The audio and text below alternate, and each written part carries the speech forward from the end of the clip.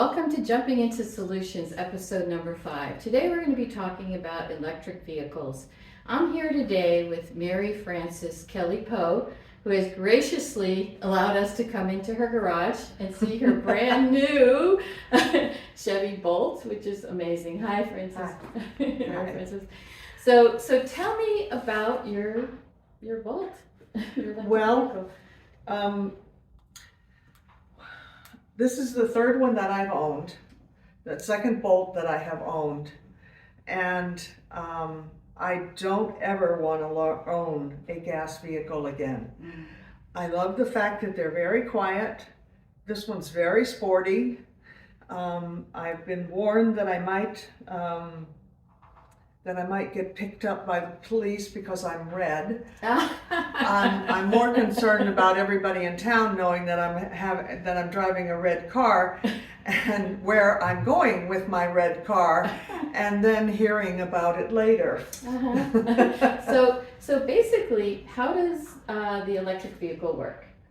I plug it in, Okay. and I have a charger on my wall, and I plug it in usually when I am about half down on charging. I have been asked how long it takes to charge the car, and I truly don't know, because either I charge it during the day when I'm busy doing things in my house, or I charge it at night when it comes off of my batteries, and I don't know how long it takes. I did have the experience of going to Sacramento with 200 miles on my car, and it only takes 60 miles to get to Sacramento. But it was so hot, it was 103, that I had to use my air conditioner. Oh, so that alters the... And so I had to stop in Vacaville and top off, so to speak. I only had 50 miles left, but at the rate it was going, I wasn't sure I was going to make it home. And so I looked on my computer on my car and asked it where I could charge, and I went there and I charged my car. Also, I understand with these electric vehicles, I don't have one, I want to get one at some point, but you don't have any engine noise, right? Is that correct? None. Okay, well maybe you could... And we don't have a transmission, so we don't have a hump in the back of the car. Oh, really? And that's a really significant thing when you start putting materials in your car, because the floor is flat. Oh, well let's take a look at starting the car. Can you open and Sure. So is the car on? Yep. Wow. There's really no noise. Does it stay that way all the time you drive it? Oh yeah. That's pretty impressive. Wow. That's it's real quiet. The engine's just running on battery, and there's no... Well, great. How much money do you save having an electric vehicle? Well, the cost of the electricity for the electric vehicle is approximately the cost of 1 gallon of gasoline. Well, this has been really nice, and it's so great to see your car. Thank you for letting us come in. And please don't report where you see the red car around town. Oh, I won't. Hello, this is Hari Lamba, co-host of Jumping into Solutions that encourages folks to implement environmentally friendly solutions. For our episode on electric vehicles and electric charging, we want to thank Mary Frances Kelly Poe for showing us her Chevy Bolt electric vehicle, and to be interviewed by Pat toth-Smith, who is also the co-host in today's episode. Today, our guest is Joel Levin, the Executive Director of Plug-in America. Joel, we thank you for being willing to be interviewed. Thank you for having me. Pleased to be here. Joel, electric vehicles are important zero-emission vehicles, but in order for people to buy and drive them, people have a lot of questions. The first question for you is, how much does an average electric vehicle cost per mile, with or without using home solar panels? So I think I would phrase the question a little bit differently in say, what does it cost to own an electric car compared to a gas car? And, these days, all vehicles are expensive. New cars have gotten more expensive. But when you look at an EV and you look at the cost of ownership, the two big things that jump out compared to gas cars is that the fuel is dramatically less. The cost of gasoline as a fuel is equivalent to about $1 to $1.50 a gallon versus, excuse me, the cost of electricity is equal to about $1 to $1.50 a gallon. So significantly lower than gasoline, and maintenance is very low.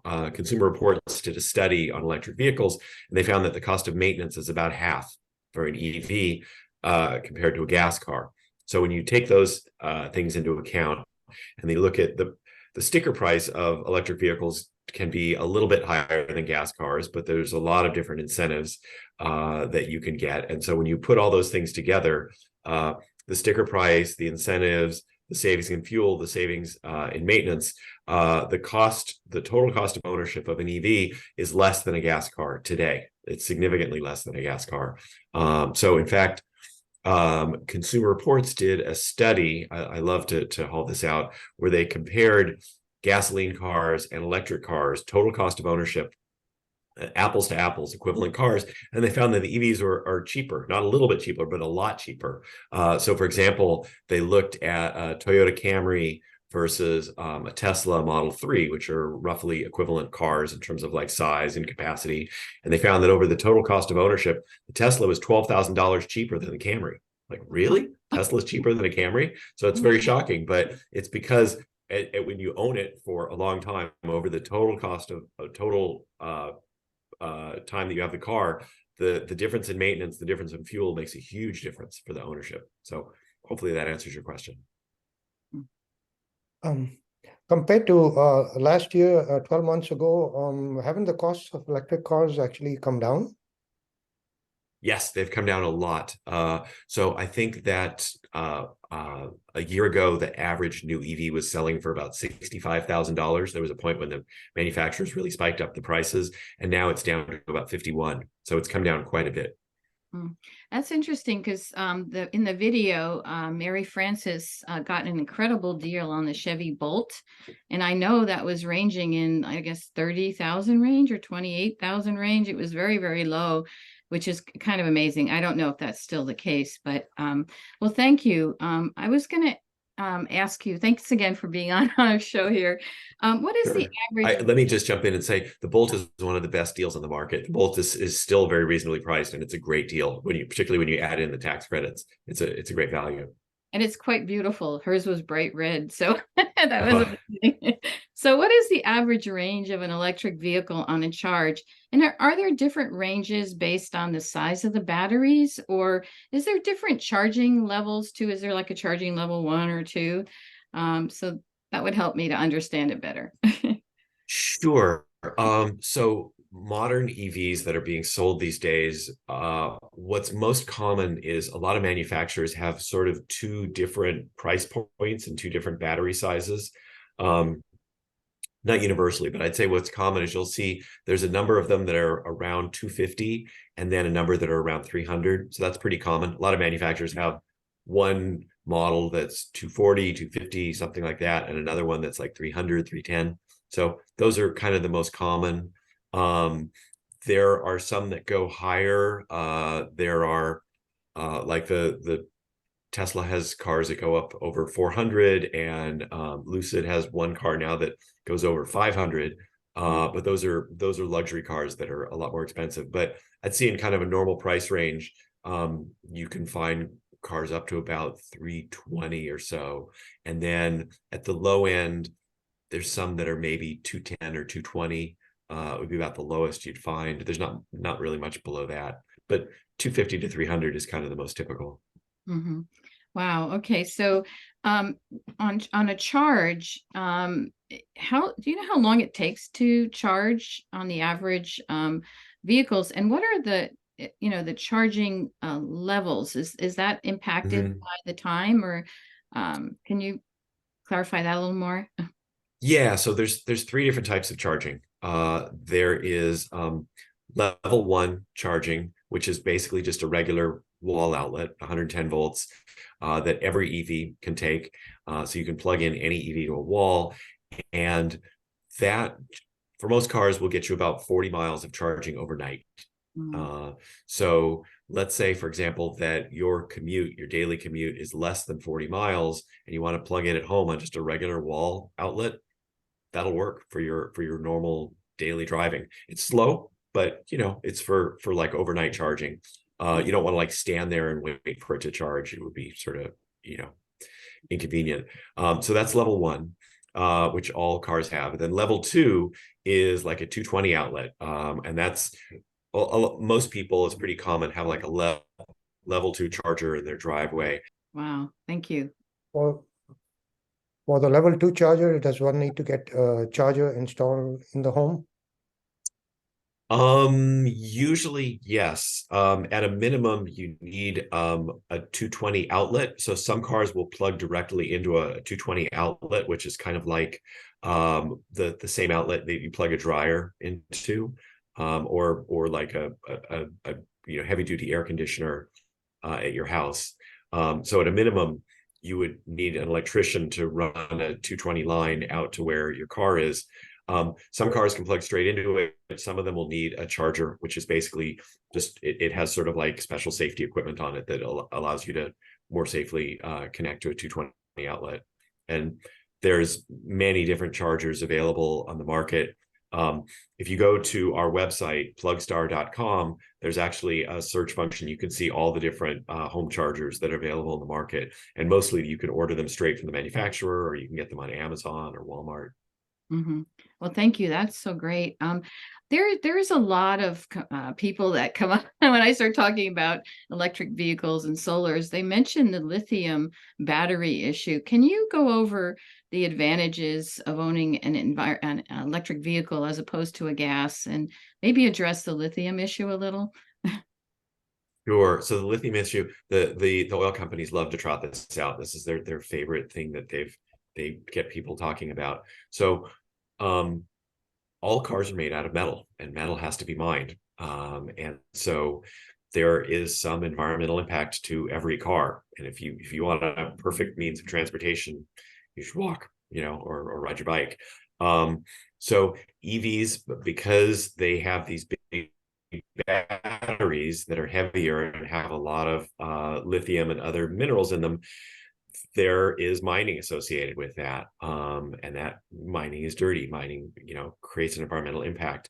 About 90% of the environmental impact of your vehicle comes from the fuel, not from the manufacturing.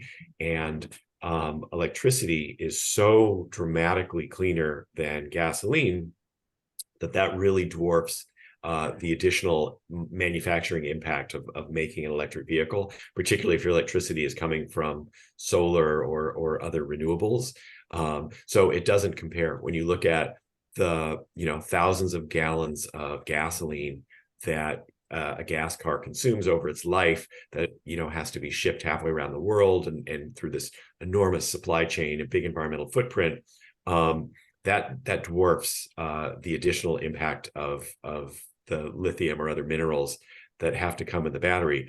But having said that, yes, there is some impact from that. And so as we're looking at a rapid increase in production of electric vehicles, we have to be very conscious of that mining. And it's very important that we maximize recycling to minimize the amount of minerals we're going to need, that we make the vehicles as efficient as possible. Obviously, driving a small EV like a Nissan Leaf, like I drive, versus like a big Hummer or some heavy duty vehicle, a smaller vehicle has less impact than a larger one.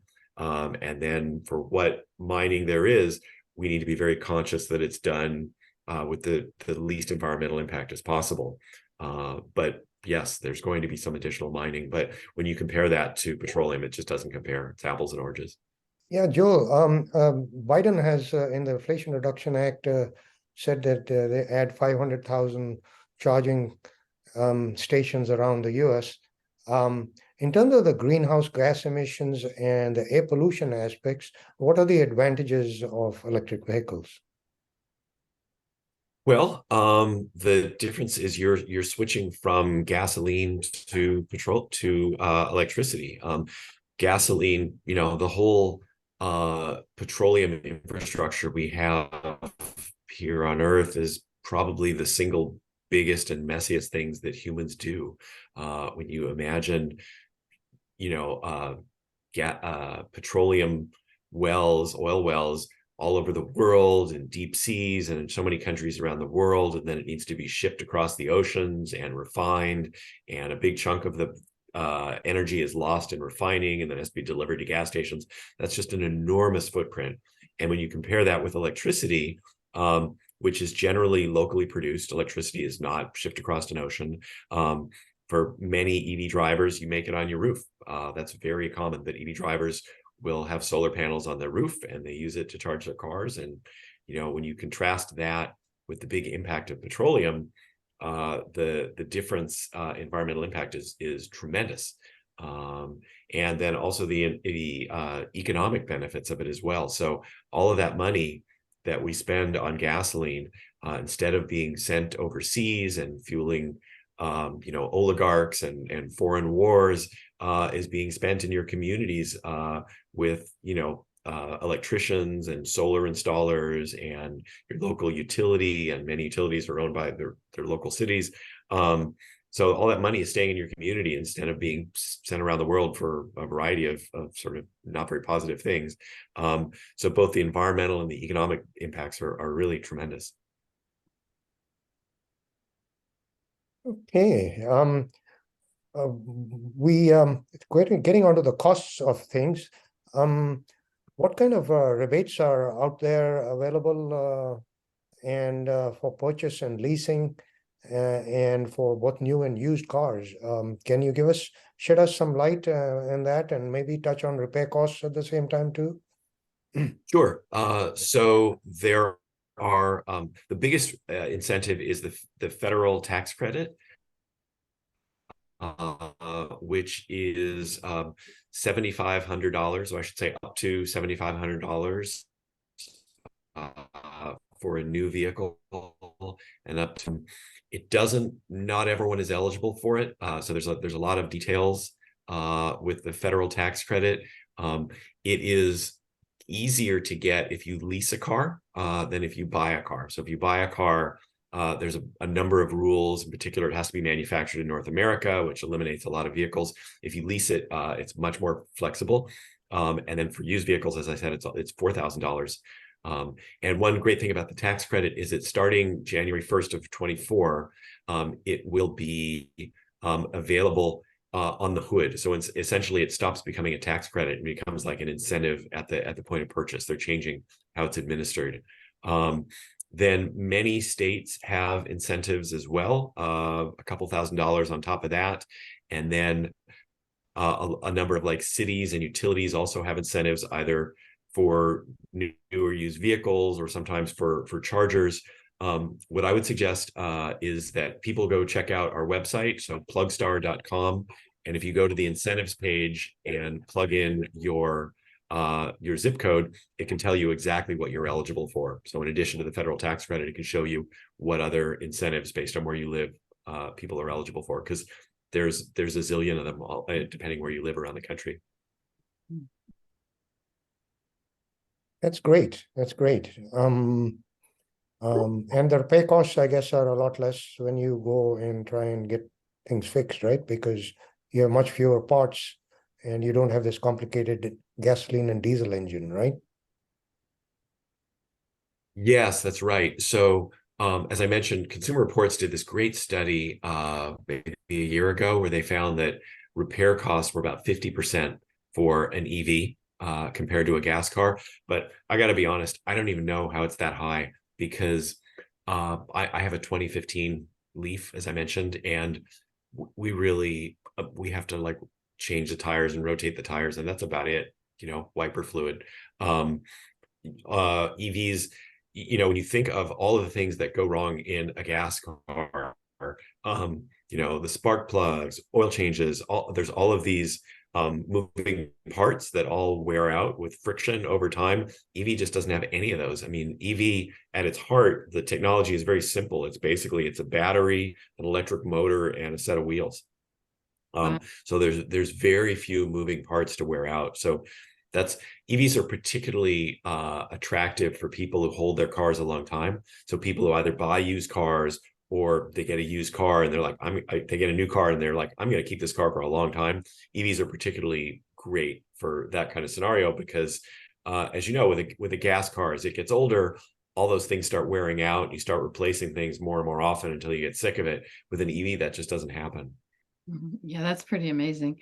I had a question a lot of people have is how hard is it to find charging stations when you travel?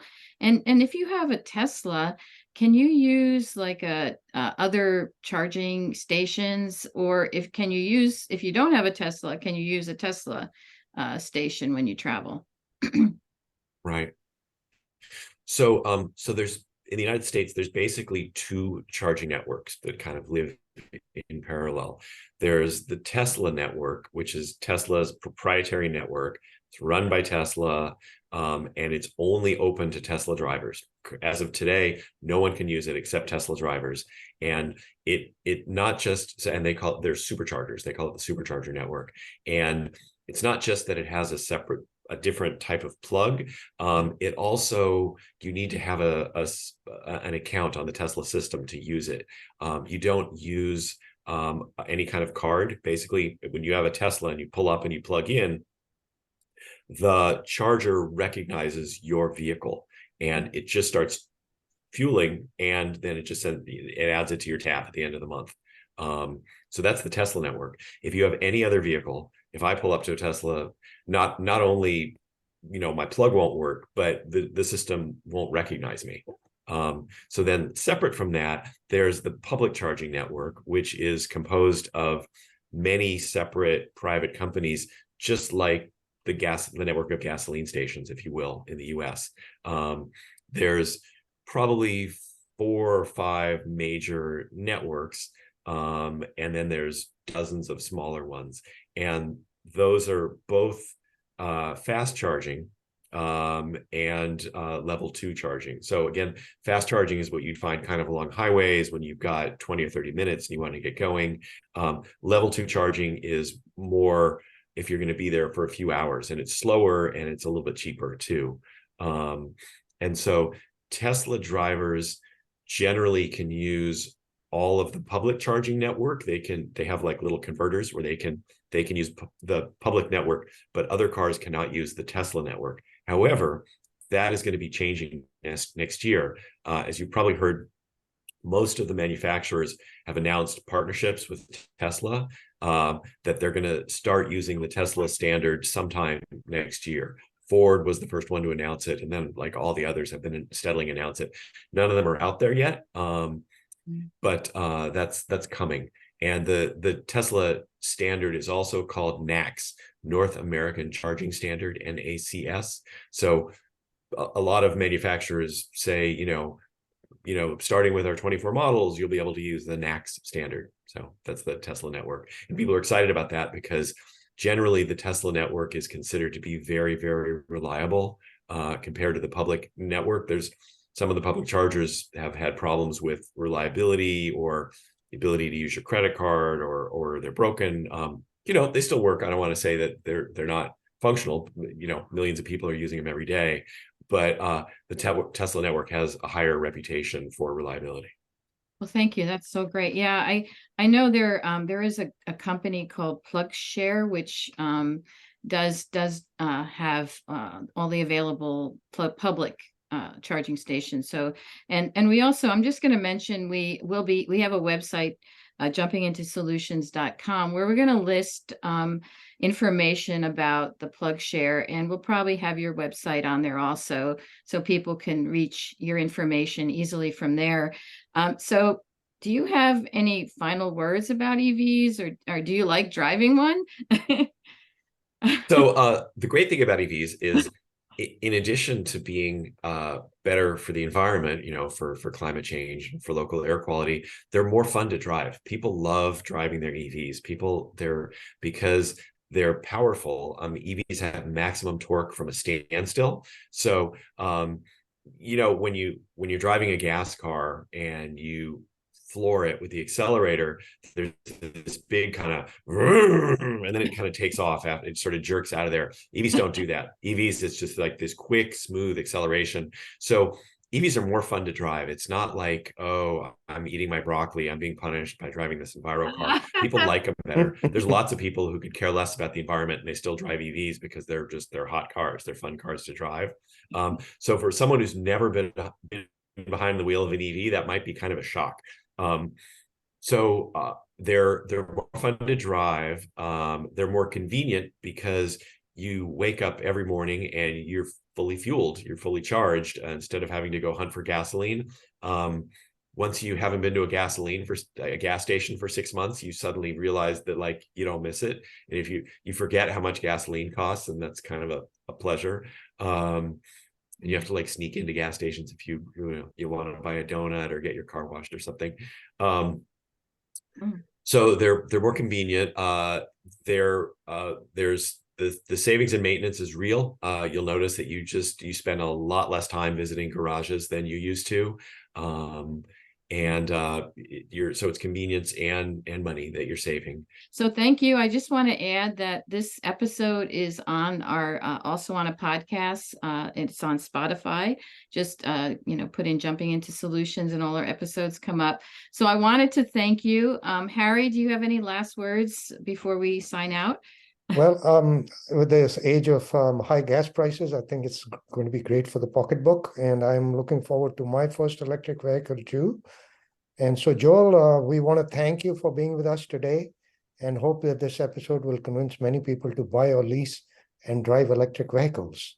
Thank you so much. Great. Thank you for having me. This was fun.